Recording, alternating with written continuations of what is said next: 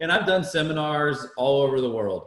And I ask people, has anybody ever had a lead that they didn't ever call, or that they called once, or that they maybe called twice? And the reality is that people just give up. They just give up too soon. And that effort is critical, especially right now. Like people are saying, what should I do once I've called all my past clients in my sphere? You should call them again. Yeah. You know, just keep rotating through it. Keep those conversations going. Have a couple conversations per day. You know, conversations create customers.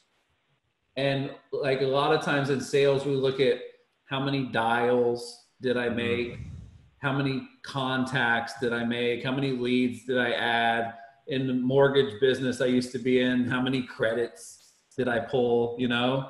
But what the most important metric is how many meaningful conversations did I have today? Because if you can have 5 or 6 meaningful conversations per day, you're good. That's good. And it might take 100 dials to get it. It might take 50 dials. Like if you do what Jimmy said and you do great marketing and then you follow up with the people that the marketing worked on, you know, we usually can't dial through 10 or 15 people without getting 5 or 10 to want to talk to us. But meaningful conversations create clients. And I think it's important to point out that Fortune 500, you know, massive professional sales teams monitor that number.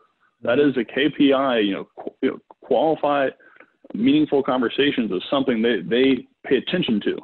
So why wouldn't it be something that a sales organization like a real estate company would pay attention to?